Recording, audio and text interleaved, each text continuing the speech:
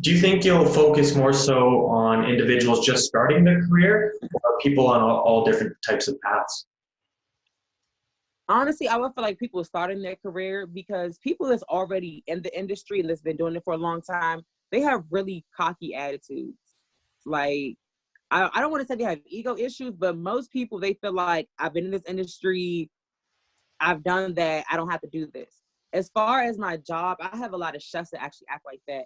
So they feel like they're above everyone and they don't want to go back to anything. So if they're an executive chef, they don't want to be a line cook. They feel like being a line cook is like beneath them. But I'm like, at one point in your life, you were there. So how do you just sit here and say that you're above it when you were there? Like, I feel like, I don't want to say we're all equal because, yeah, you work to get to where you are, but at the end of the day, you still have to train people to get to where you are. So why would you treat people like that? So that's why I help people a lot. I'm the only female in my restaurant and I'm the youngest one.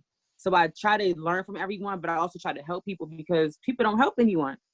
So I'm like, if I can be the one to help, they can help you push your tickets out. They can help you set up your station. I'll do that. So I know no other man in this restaurant will ever do that. So I enjoy doing that.